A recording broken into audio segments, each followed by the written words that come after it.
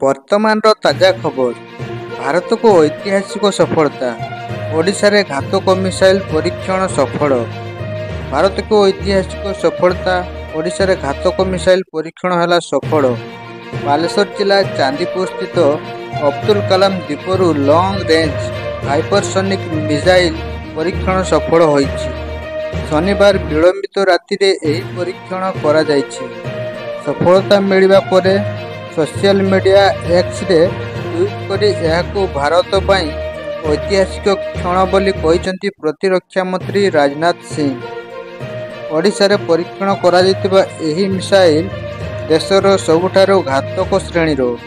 ପ୍ରାୟ 1500 କିଲୋମିଟର ଲକ୍ଷ୍ୟ ଭେଦ କରିବାର କ୍ଷମତା ରଖିଛି ଏହି ମିସାଇଲ।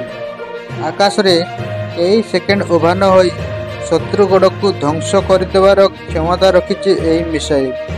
ଆଗାମୀ ଦିନରେ ଏହାକୁ ଭାରତୀୟ ସେନାକୁ ହସ୍ତାନ୍ତର କରାଯିବ।